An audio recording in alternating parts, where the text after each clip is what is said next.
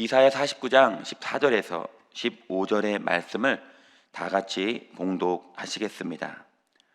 오직 시온이 이르기를 야훼께서 나를 버리시며 주께서 나를 잊으셨다 하였거니와 여인이 어찌 그 젖 먹는 자식을 잊겠으며 자기 태에서 난 아들을 긍휼히 여기지 않겠느냐. 그들은 혹시 잊을지라도 나는 너를 잊지 아니할 것이라. 아멘. 네, 할렐루야. 오늘도 좋은 날입니다. 오늘도 하나님께서 우리와 함께 하십니다. 오늘 이사야 49장 14절에서 15절의 말씀을 근거로 하여 나는 잊지 아니할 것이라, 나는 잊지 아니할 것이란 제목으로 은혜의 말씀을 나누도록 하겠습니다. 하나님 우리와 함께 하십니다. 오늘 하나님은 이스라엘 백성들을 그들을 경고하셨습니다. 죄에서 돌이키라고 경고했습니다. 그들에게 올바른 길을 가라고 경고했습니다. 하나님께로 돌아오라고 경고했습니다. 하지만 그들이 그 우상의 죄를 버리지 못하고 그들의 마음을 돌이키지 않고 그 경고를 무시했습니다. 선지자의 말을 무시하고 하나님의 어떠한 경고를 무시했더니 하나님께서 이스라엘 백성들을 바벨론에 또 포로로 살게 하셨습니다. 그랬더니 그들의 마음에는 절망이 다가왔습니다. 하나님이 나를 택하시고 하나님이 나를 자녀 삼아 주셨는데 그 세상 어느 민족보다도 우리는 선민이고 우리는 하나님의 자녀고 하나님의 택하신 족속인데 어떻게 우리가 이 바벨론의 침공에 무너질 수 있고 나는 이곳에 이렇게 포로로 와서 끌려왔는가. 그리고 너무나 절망하고 또 절망하고 있습니다. 그때 하나님께서 부모는 자식을 잊을지라도 나는 너를 잊지 않겠다고 그렇게 말을 하고 계십니다. 근데 우리가 신앙생활을 하면서 항상 우리도 그런 거를 경험합니다. 우리가 하나님을 믿으면 또 하나님 앞에 나와 예배하면 내가 하나님의 자녀가 되면 어려움이 없을 것이라고 그렇게 믿습니다. 하나님을 믿으면 어려움이 없습니까? 하나님을 믿으면 모든 것이 다 잘 되어집니까? 하나님을 믿으면 그 모든 것이 형통하게 되어집니까? 예, 그렇게 돼야 되는 것이 원래 맞습니다. 하나님을 믿으면 모든 삶의 저주가 끊어지고 질병의 저주가 끊어지고 우리 모든 삶의 환경에 하늘의 복을 받는 것이 하나님의 뜻입니다. 이스라엘 백성들은 하나님이 우리를 택하셨기 때문에 이제 그런 천국의 삶을 살 것이라고 믿고 있었습니다. 그런데 하나님의 경고를 무시했더니 하나님의 이웃나라 바벨론을 들어서 그들을 치시는데 전쟁이 일어나도 그들은 두렵지 않습니다. 하나님이 나와 함께 하신데 그들의 군대가 10,000만이니 나를 진칠지라도 나는 두렵지 않다라고 그들의 마음은 그렇게 어쩌면 먹었을지 모릅니다. 전쟁이 일어나도 두렵지 않다. 왜냐하면 그 옛날의 전쟁은 이 눈에 보이는 전쟁이 아니고 바벨론의 신과 우리 이스라엘의 야훼 하나님의 신과 신의 대결이라고 믿었기 때문입니다. 그들의 신이 몰려올지라도 하나님이 말씀으로 하나님이 그 우상들, 그 거짓된 신들, 그 사단, 그 귀신, 그 모든 것들을 다 당연히 무너뜨리고 승리할 것이라고 믿었기 때문입니다. 그래서 이것은 전쟁은 신들의 그런 전쟁이었기 때문입니다. 그 기생 라합이 이스라엘에서 정탐꾼을 보냈을 때 그들을 만났을 때 어떻게 말을 합니까? 나는 당신들의 신의 소문을 들었습니다. 그 홍해 바다를 가르고 기적을 베푼 것들을 나는 들었습니다. 우리 땅을 넘어올 때 당신의 신의 이름으로 나를 보여줄 것을 약속해 주세요. 신과 신의 전쟁이라고 믿었기 때문입니다. 근데 이스라엘 백성들이 그렇게 하나님을 믿고 의지했는데 가장 강하고 위대하신 하나님이라고 믿었는데 그런데 바벨론의 신에 무너진 거예요. 이스라엘 백성들이 완전히 망했고 나라가 망해버렸습니다. 성벽은 무너졌고 그 무너진 성벽들을 보고 밀물처럼 쏟아져 내오는 그 바벨론 군대를 보면서 이스라엘 백성들은 무슨 생각을 했을까요? 하나님이 그들의 신보다 약하다고? 하나님이 우리를 버리신 건가? 이런 생각을 많이 하고 혼란했을 줄 모릅니다. 믿음이 있으면 그래도 하나님이 나를 건져줄 거라고 믿을 수 있는데, 믿음이 없으면 의심하게 되고 하나님을 멀리하게 됩니다. 우리 자녀들이 하나님을 떠나는 이유가 무엇입니까? 그렇게 어려서부터 교회 학교에 데리고 손잡고 나왔는데, 교회 학교에서 예배를 드리고 청년까지 장성했는데, 우리 자녀들이 지금 교회를 나오지 않는 이유가 무엇입니까? 그들이 하나님을 멀리하고 하나님을 대적하는 이유가 무엇입니까? 세상의 재미 때문이 그렇습니까? 아니면 세상에서 기독교인을 욕하기 때문입니까? 기독교인의 잘못된 모습들을 뉴스를 통해서 보았기 때문입니까? 그렇지 않습니다. 그것이 어떻게 그들의 마음을 돌이킬 수 있습니까? 하나님이 우리는 그것을 성벽이 무너졌을지라도, 환경이 무너졌을지라도, 내 몸에 질병이 생겨서 내 마음이 무너졌을지라도 우리는 견뎌냅니다. 두려워하지 않습니다. 하나님이 나를 다시 건지실 것이고 다시 일으켜 세우실 것이고 내 병을 치료하실 것을 믿기 때문에 의심하지 않습니다. 지금의 내 고난은 내가 나의 잘못이라고 생각하고 하나님 앞에 나와 다시 한번 회개하고 기도하면서 일으켜 세울 것을 믿습니다. 근데 왜 우리 자녀들은 그런 믿음이 없습니까? 왜 우리 자녀들은 그것에 무너지고 하나님을 원망하고 하나님을 떠나게 되었습니까? 걱정하지 마십시오. 우리 자녀들이 지금은 떠났을지라도 하나님은 약속하십니다. 부모가 자녀를 버릴지라도 하나님은 우리뿐만 아니라 우리 자녀들까지도 포기하지 않습니다. 주 예수를 믿으나 그리하면 너와 내 집이 구원을 얻겠다고 말씀하신 하나님, 그 약속을 이루어주실 줄 믿습니다. 하나님은 오늘 이사야 49장에서 예루살렘의 회복을 다시 선포해 주십니다. 너희가 망하고 무너졌을지라도 다시 회복시켜 주실 것을 하나님은 우리에게 약속해 주십니다. 고난이 와도 하나님을 원망하지 마십시오. 걱정하지 마십시오. 하나님이 다시 회복해 주실 것입니다. 오늘 그래서 15절에 여인이 어찌 그 젖먹는 자식을 잊겠으며 자기 태에서 난 아들을 긍휼히 여기지 않겠느냐. 혹시 잊을지라도 나는 너를 잊지 않겠다.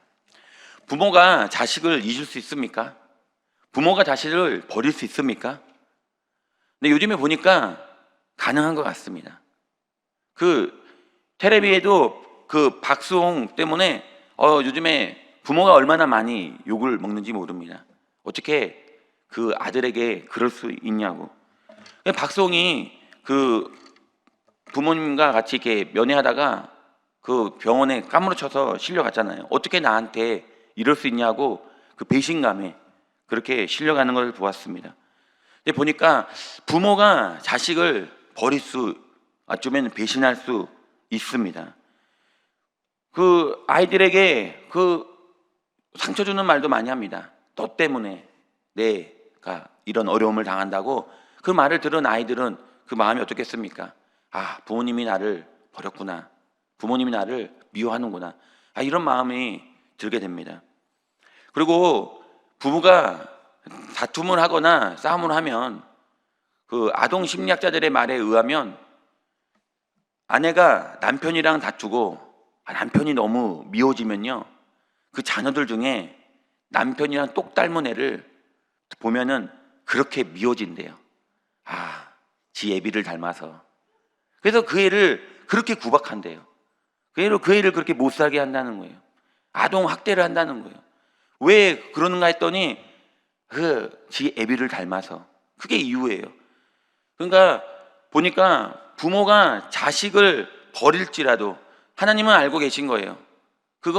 그게 사람이 마음이 돌아서면은 그 닮은 사람만 봐도 그 자식이 그 부모님을 닮기만 해도 그렇게 미워 보인다는 거예요. 그럴지라도 하나님은 그를 포기하지 않겠다는 것입니다. 다윗도 보니까 시편 27편 10절에 보니까 내 부모가 나를 버렸으나 야훼는 나를 영접하시리니. 다윗이 느낀 거예요. 그냥 성경에는 버렸다는 말은 없지만 그 다윗을 고아원에 버렸다고 말은 하진 않지만 하나님 부모가 나를 미워하는구나, 그걸 느낀 거예요. 그 마음, 다윗의 마음이 어떻겠습니까? 삐뚤어질 거야 뭐 이런 마음이었을까요? 그래도 그렇게 부모한테 버림받았다는 마음이 들더라도 하나님은 우리를 버리지 않겠다고 말씀하고 계십니다. 부모님은요 웬만해선 그런 극소수의 사람 빼고는요 그렇지 않습니다. 그 모이면 어떻습니까?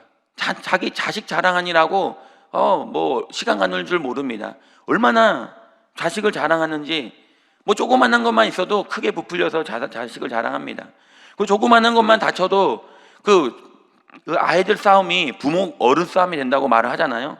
얼마나 눈이 돌아가는지 모릅니다. 제가 예전에 그 사역을 끝나고 집으로 가는 길에 아내에게 전화를 받았어요. 바로 그 둘째 아들이 초등학교 1학년인가 1학년 때 학교 들어간 지 얼마 안 됐을 때 그 다쳤으니까 얼른 학교로 가보라고.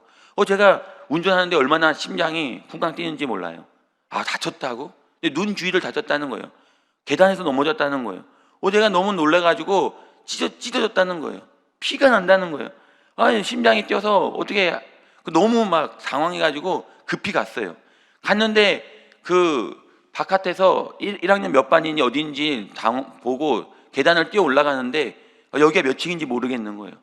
그래가 지나가는 어떤 아저씨가 있길래 아저씨 그때 불렀는데 아저씨가 돌아보지 않는 거예요. 순간 그때 생각했어요.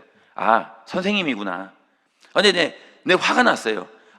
지금 내 아들은 넘어져서 눈에 피가 난다는데 이게 지금 마음이 급하니까 선생님이라고 부를 수 시간적 여유가 없는 거예요. 아저씨! 그랬더니 아저씨가 돌아봤어요. 1학년 2반은 어디 있나요? 그런데 저를 보더니 옆으로 가라는 거예요. 갔더니 거기 버젓이 있어요. 거기 가지고 문을 열었더니 선생님이 아버지시냐고. 맞다고. 제 아들은 어디 있냐고. 그러니 아들이 그냥 저기 뒤에 앉아가지고 나오는 거예요. 근데 눈이 제 용이 한 5mm 찢어져가지고 투벅투벅 걸어 나오는 거예요. 그래서 괜찮냐? 그랬더니 괜찮다는 거예요. 너무 화가 났어요. 친구가 밀었다는 거예요. 이거 어떤 친구가 밀었냐고. 그랬더니 여자애 2명이서 양쪽에서 팔을 잡고 장난치다가 그래가지고 밀려가지고 넘어졌다는 거예요. 근데 보는데 마음에 안심도 되지만 어제 제가 너무나 흥분했었습니다. 부모가 웬만해서는요 이 5mm의 조그만한 그 상처에도 정신을 못 차릴 만큼 그렇게 당황하게 되고 흥분하게 됩니다. 솔로몬이 그것을 아는 거잖아요. 부모님의 마음을.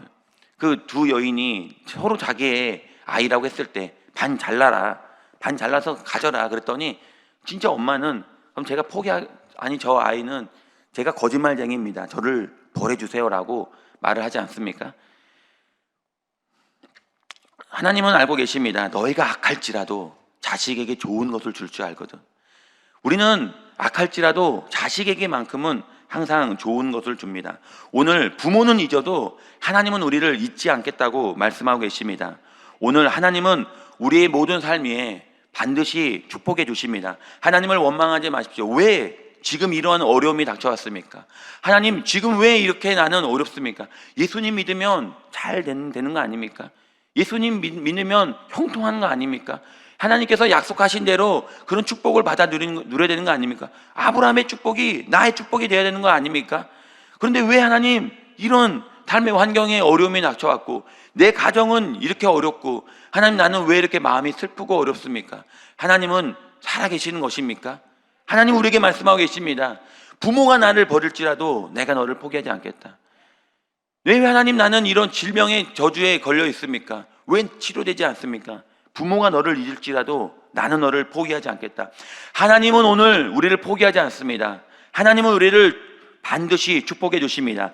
어떠한 근심, 걱정, 두려움, 염려에 걱정하지 마십시오. 오늘 회복되는 줄 믿습니다. 어떻게 회복시키십니까? 49장 1절에 보니까 섬들아 내게 들으라. 먼 곳 백성들아 나를 귀를 기울이라. 내 어머니의 복중에서 내 이름을 기억하셨으며, 그다음에 6절의 후반절에 보니까 또 너를 이방의 빛으로 삼아 나의 구원을 베풀어서 땅 끝까지 이르게 하리라. 하나님은 우리를 이방의 빛으로 삼아 주신다고, 회복시키시고 세워 주시는데 빛으로 삼아 주신다고 우리에게 말씀해 주고 계십니다. 세상에 빛이 되게 해 주겠다. 너가 지금 절망적일지라도 너를 일으켜서 세상에 빛이 되게 해 주겠다. 8절에 보니까 야훼께서 이같이 이르시되 은혜의 때에 내가 내게 응답하게 하겠고 구원의 날에 내가 너를 도왔다다. 내가 장차 너를 보호하며 너를 백성의 언약으로 삼으며 나라를 일으켜 그들에게 그 황무한 땅에 기업을 상속으로 얻게 하겠다. 하나님은 우리를 일으켜서 세상의 빛으로 새게 주겠다고도 말씀하시지만 우리를 번성하게 해주겠다고도 말씀해 주고 계십니다. 하나님은 오늘 또 우리에게 세상의 빛으로 우리를 다시 번성하게 해주겠다고 약속해 주셨습니다. 그 약속을 믿고 오늘 또 하나님이 우리를 회복시킬 것을 의심하지 않는 저와 우리 귀한 성도님이 되시기를 예수 이름으로 축원드립니다. 그러면 우리는 어떻게 해야 합니까? 이 복을 받기 위해서 우리가 해야 할 것은 무엇입니까? 2절 3절의 말씀에 보면 내 입은 날카로운 칼같이 만드시고, 보니까 입에 날카로운 칼이 무엇입니까? 그것이 바로 말씀입니다. 날카로운 입의 칼, 살아있는 하나님의 말씀이 우리를 건져주시겠다는 것입니다. 우리가 고난을 만나면 제일 먼저 우리는 말씀을 읽어야 됩니다. 우리 죽었던 신앙이 부활하고 그리고 우리의 영혼을 일으켜 세우는 것, 그것이 무엇입니까? 말씀입니다. 그냥 참고 견디고 인내하면 되는 것입니까? 말씀을 읽어야 됩니다. 그래야지 죽은 것이 살아나고 우리 영혼이 소생되게 되는 것입니다. 말씀을 읽으면 회복되어집니다. 느헤미야 8장에 보면은 이스라엘 백성들이 하나님의 약속의 말씀에 따라 포로로 귀환되어 가지고 예루살렘에 모았습니다. 그들이 수문학 광장에 모여가지고 그들이 한 것이 무엇입니까? 아침부터 저녁까지 기도했습니까? 그들이 말씀을 들었습니까? 그렇지 않습니다. 말씀을 읽었습니다. 새벽부터 저녁까지 일어서서 다 같이 하나님의 말씀을 읽었습니다. 그랬더니 그들의 마음에 꿈과 비전과 소망이 막 넘쳐나는 것이에요. 이 절망 가운데 하나님이 나를 버렸다고 원망하고 좌절하고 앉아서 포기하지 마십시오. 말씀을 읽으면 꿈과 비전이 회복이 되어집니다. 꿈이 부풀어 오르게 되는 것입니다. 말씀을 읽으면서 다시 회복되는 줄 믿습니다. 오늘 그날 새벽부터 저녁까지 어린아이부터 어른까지 모두가 다 말씀을 읽었습니다. 삶의 모든 문제의 길이 열리게 된 것입니다. 오늘 또 말씀을 읽을 때 하나님께서 우리 모든 삶을 축복하시는 줄 믿습니다. 나를 그의 손 그늘에 숨기시며, 손 그늘에 숨기신다는 것은 무엇입니까? 누구의 손입니까? 하나님의 손이 우리를 보호하시니 우리가 세상의 모든 불화살에도 우리가 막아낼 수 있는 것입니다. 손은 하나님의 능력입니다. 그 하나님의 손이 우리를 붙들어 주시고 그 하나님의 손이 우리를 막아주시고 보호하고 계시고 인도해 주시는 것입니다. 오늘 또 하나님의 손에 붙들림 받는 우리 귀한 성도님 되시기를 예수 이름으로 축원드립니다. 그리고 2절 후반절 보니까 나를 갈고 닦은 화살로 만드사. 갈고 닦은 화살, 그것은 무엇입니까? 하나님의 인도하심입니다. 우리는 하나님의 인도함을 받아야 됩니다. 양궁 선수가 화살을 쏘는데 그 화살의 그 양궁의 관역의 그 길이가 얼마나 되는 줄 아십니까? 20m, 30m가 아니고 70m라고 합니다. 70m 있는 거리, 그 조그만한 9점, 10점, 거기다가 10점을 맞추는 것은 정말 대단한 것입니다. 근데 그 70m가 아니라 그러면 그 양궁의 길이가 700m라면 어떻게 했습니까? 700m, 거기를 10점을 맞추려면 어떻게 하겠습니까? 700m인데 더 멀어서 7km라면 어떻게 하겠습니까? 그걸 맞출 수 있겠습니까? 10점 만점을 맞출 수 있겠습니까? 그렇지 않습니다. 700m만 돼도 불가능한 일입니다. 근데 그것을 맞추는 방법이 있습니다. 바로 하나님이 인도하심을 받는 것입니다. 그 화살이 날아갔는데 하나님이 그 화살을 붙잡고 인도해 주시면 700m가 떨어져도 7km가 떨어져도 그것은 정확하게 100점에 마치게 되는 것입니다. 그 화살이 날아갈 때 폭우가 일어나고 눈보라가 일으키고 막 바람이 불어가지고 이것을 흔들지라도 하나님이 인도해 주시면, 능력의 손으로 붙들어 주시면 정확하게 100점 만점을 찍을 수 있는 것입니다. 오늘 그 하나님의 인도하심을 받기를 소망합니다. 하나님의 인도하심을 의심하지 마십시오. 하나님이 오늘 반드시 너를 축복하겠다고 말씀하십니다. 반드시 너를 일으켜 세우겠다고 말씀하고 계십니다. 하나님이 오늘 우리를 축복하겠다고 약속해 주셨습니다. 오늘 그 약속의 말씀을 붙잡고 하나님, 나를 절대 포기하지 않는 그 하나님을 만나고 다시 우리 모든 삶의 문제를 해결하고 모든 좌절에서 일으켜 세워 희망을 얻는 복된 하루가 되시기를 예수님 이름으로 축원드립니다. 기도하겠습니다. 좋으신 아버지 감사드립니다. 하나님은 우리를 사랑하시고 우리를 축복하십니다.